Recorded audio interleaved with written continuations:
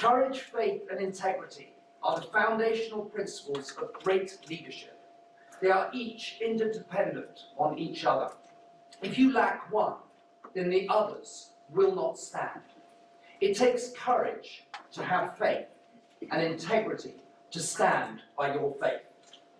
My great-grandfather embodied all of these principles, serving his country and God, courageously standing against the sleeping world who refused to listen to his warnings of the rise of Adolf Hitler and the Nazis.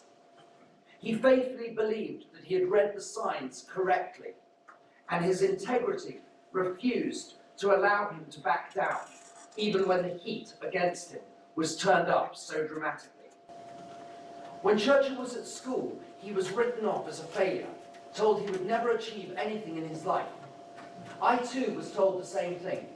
For 11 years I was told I would never be anyone. I'd never make anything of my life. As a result, and different to my great-grandfather, I gave up. I believed them. Winston Churchill stood up. He dug his heels in. He refused to accept the negative that was being spoken about him. And it just made him more and more determined to become a great man.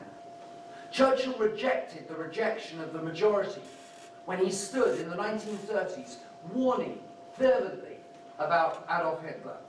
On becoming Prime Minister, literally 6 months into the European war, he courageously refused to give in to the majority of people who wanted to still surrender. They still wanted to give Hitler the keys to Britain.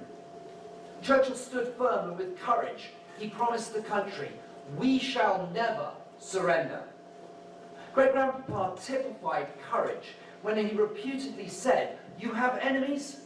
Good. That means you've stood up for something, sometime in your life." What stand will you make today? How will you demonstrate your own greatness with courage?